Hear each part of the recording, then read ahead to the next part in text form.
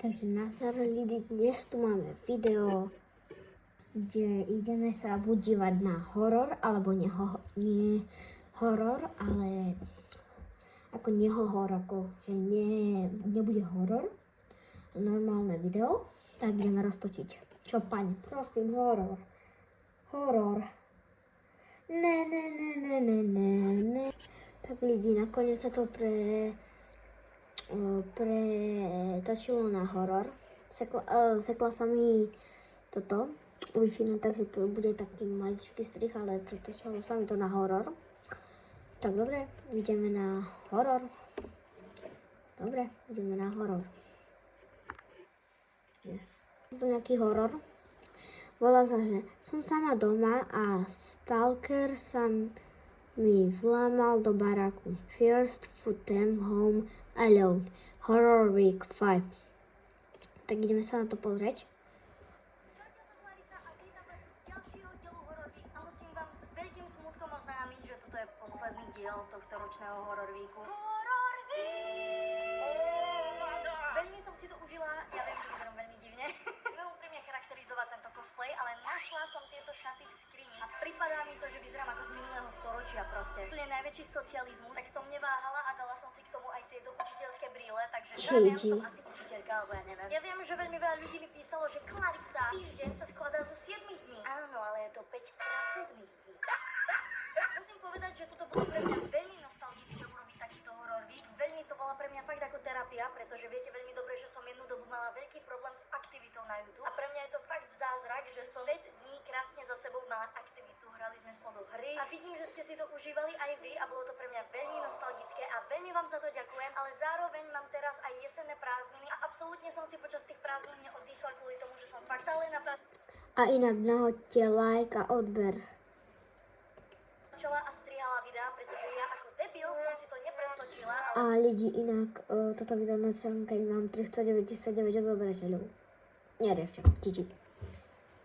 točím to práve teraz, v tomto čase. Väčšinou ľudia si takéto série pretáčajú fakt týždne dopredu a potom to krásne za radom vydajú. Ale ja som to proste nestíhala a mala som v hlave to, že chcem mať horor week. A chcem vám povedať, že v tento deň, 31.10., ako máme Halloween, tak dneska aj točím tento posledný diel, je momentálne 14:26 a dúfajme, že to dneska stihnem vydať. Ale aj tak veľmi by som vám chcela poďakovať, veľmi som si to užila a dnešný diel, počkaj, mám tu ináč Elvisa, pozrite. Dobrú chuť, Elvis. Toto je moja nová mikina na clarisa.sk a je tam spustu ďalších nových produktov, takže choďte na clarisa.sk, aby ste mali najviac cool vianočný darček. Alebo napíšte list Ježiškovi. Ježiško, navštív clarisa.sk, niečo mi tam vyber. Skôr by som povedala, že sa to bude podobať na hru Bad Parenting, pretože táto hra je podľa skutočnej udalosti, čo som si tak zisťovala. Fears to Phantom epizóda 1. A táto epizóda sa konkrétne volá Home Alone. To znamená, že budeme sami doma. Táto hudba je priamo odporná. Ja mám toto teraz ako hrať, hej, sama. Nemám tu Matia vedľa seba, čo mám robiť? Aj joj, ja sa bojím. Dobre, myslím si, že už som všetko povedala k tejto hororovke, proste budeme sami doma, strašne sa bojím. A Fears to Phantom epizóda 1. Home Alone. Takže sme sami doma a je júl, 12. júl. I didn't want to put this on Reddit just for... I don't even know where to start. OK, takže myslím si, že proste začnem. Dobre, takže toto má byť vyslovene storytelling. OK, takže bolo stred leta a moji rodičia odišli na víkend preč, pretože mali pracovnú cestu. Čo znamená, že som musela byť celý víkend sama. Áno, takže proste mala som blbý spánkový režim, just about any time. Takže proste zobudila som sa hocikedy počas dňa a neprečítala som to posledné, lebo som strašne pomalá a nejak mi hlava nefunguje dneska. Alarm. OK. Fuj, dobre, takže zobudila som sa okolo 8. Space to get up. Dobre, takže ideme sa zobudiť konečne. Dobre, takže lampička. Táto izba vyzerá veľmi creepy, ďakujem. Nejaké auto? Auto. Odchádza auto, dobre. Neviem, prečo som počula taký zvuk, ako keby niekto dával smerovky. Taký divný zvuk, viete. Neviem, prečo som to ja počula, keďže nie som za volantom alebo v aute, ale dobre. OK, máme tu nejaký denníček, dá sa na to kliknúť. Ide to. Dobre, čo to je? Môžem niečo robiť? Musela som robiť domácu úlohu túto noc, ale bola som veľmi hladná a ďalej som to zase neprečítala. Ďakujem. Veľmi rýchle je to na mňa. Ja spínkam. Ale povedala som si, že musím niečo zjesť prvé. A prečo to bol zvuk ako villager? Počkaj, ešte raz. To bol normálne zvuk. hrajeme za villagera. Let's go. To je easter egg. Dobre, musím povedať, že má to veľmi peknú grafiku táto hra, je to také rozpixelované. Nie, tá hudba. Stop it. Nechcem. Fuj, dajte mi pokoj. Mamka mi napísala, prečo mi to seklo? Dobre, čo to je? Oťko a ja môžeme byť späť proste. Počuli ste ten zvuk? Normálne ja počujem auto, ako keby som bola v aute. To sú smerovky alebo niečo také, alebo nejaké, neviem, nejaké veci v aute. Dad and I may be back by Sunday evening, takže môžeme byť späť v nedeľu večer. Prečo ste tak paranoidní? Mami, mám 14, takže ja som 14-ročný villager. Dobre, let's go. A predpokladám, neviem, prečo mám z toho taký feeling, že som dievča. Probably gonna order some pizza, yes. Som si asi chcel objednať pizzu, ale nie, nemusíš si nič objednávať, pretože urobila som ti lazagne. Pozri sa do chladničky. Ja som nikdy v živote nemala lazagne, takže že mne prišla nejaká notifikácia na Steam, ja som sa tak zľakla. Takže messages Mason Oliver, neviem, kto je to Mason, ale to bude asi nejaký spolužiak, čo tak vidím, ale to je asi nepodstatné. Ja som hladná. Nemôžem šprintovať? Môžem. Fuj. Dobre, tu je dole po schode. Idem sa pozrieť do... Fuj, to je tak odporná hra. Fuj. Don't ask me why, but I went straight to my parents' room. A nepýtajte sa ma prečo, ale proste som odišla do rodičovskej izby. Takže ložnice. Autá. Čo to je za typka? Nie, prečo sa to prechádza? A prečo vybraše pes? To bude môj pes, nie? Alebo susedov? Ja vôbec tieto americké ulice nepoznám, ako sú rozdelené. Fuj! Mne to úplne hučí maximálne v tých sluchátkach, dobre. Som nejaká, ako túto hru som nejaká odvážna, nebudem klamať. A dúfajme, že tu nie je hlasová detekcia. Pokiaľ áno, tak viete veľmi dobre, že som mŕtva. Fuj! Fuj, tu chodia nejaké autá. Strašne, ako čo to je nejaká hlavná cesta, že tu je taká premávka. Dobre, štve ma to. Fuj. Ale kde som sám doma? Ja nič nevidím. Viete, lebo ja tu nemám závesie a je denné svetlo a ja nič nevidím. Fuj, táto hra je veľmi tmavá. Je tu obývačka. Urobíme si taký byt tour, alebo house tour vlastne. Dobre, mám tu telku. Ježišmaria. Fuj. Vypnúť. Prečo tu furt chodia takto tie autá? Fuj. Trošku som dostala menší infarkt z toho.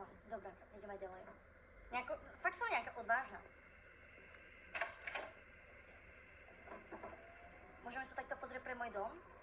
Haló? Furt tu chodí toto červené auto, typek len tak chodí dookola. Idem preč. Dá sa tu zamknúť? Nemám tu žiadny na výber, nemám tu na výber zamknutie, to je blbé. Dobre. Fuj. Čo tu furt je?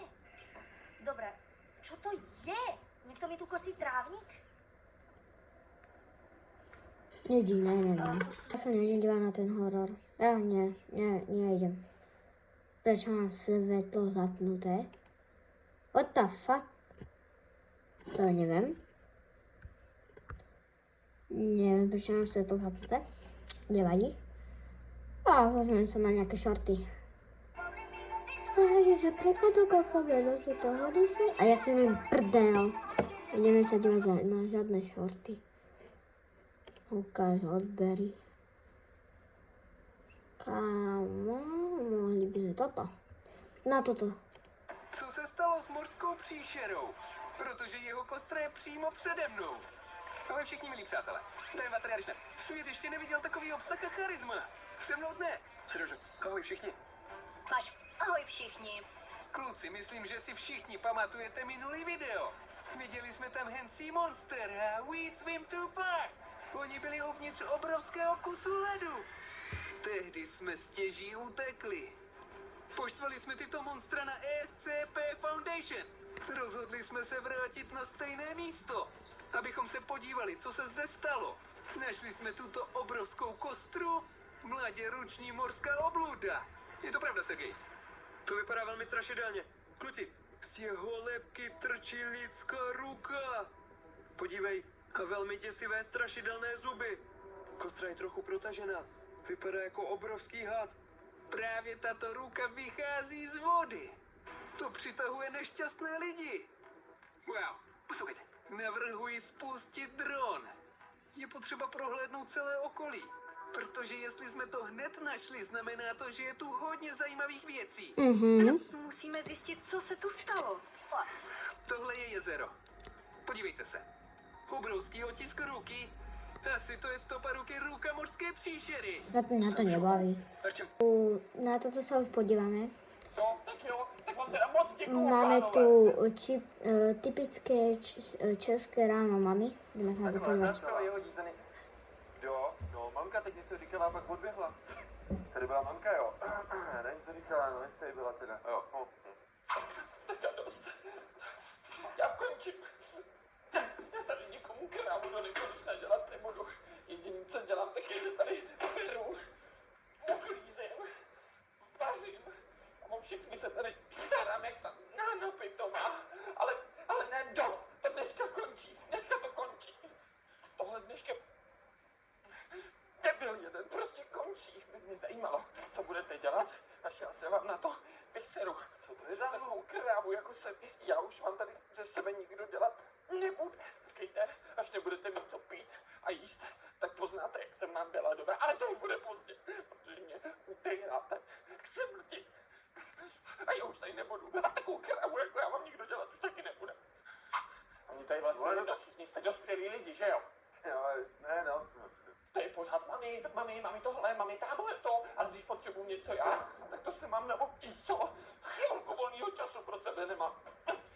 Ne, všechno tady. Mami, ale vždyť my se přece snažíme ti s tou domácností pomáhat, ty to neděláš všechno sama. Ne, jo, pomáháte, že jo, protože já si vlastně vymýšlím, já jsem ta nejhorší máma na světě totiž, že jo. Počkej, cože? Ne, jo, v pohodě, nemusíš mi vysvětlovat, co jsi řekl, já jsem tady totiž jenom od toho, abych vám uklízela, prala, starala se o vás, vařila, protože jinak jsem úplně k hovnu, že jo, jinak jsem úplně blbá. Ty jsi nic takového neřekl, proč bys měla být nejhorší? Ne, v pohodě, já jsem tady totiž vaše uklízečka, Gigi. vaše služka, vaše kuchařka, jinak abych tu hubu totiž vůbec neotvírala, že jo. Aha. To není pravda, vždyť, ale děti jí pomáháme, když se státu zne... Ne, jo, já jenom doufám, že až budeš mít třeba někdy taky svoje vlastní děti, takže si na mě taky vzpomeneš, jak jsem se o vás starala a jak je to těžké se o vás starat. Já jsem neřekl, že jsi špatný. A že si pak uvědomíš, jakou hodnou maminku jsi měl a ne nějakou nejhorší mámu na světě, že jo, která jsem.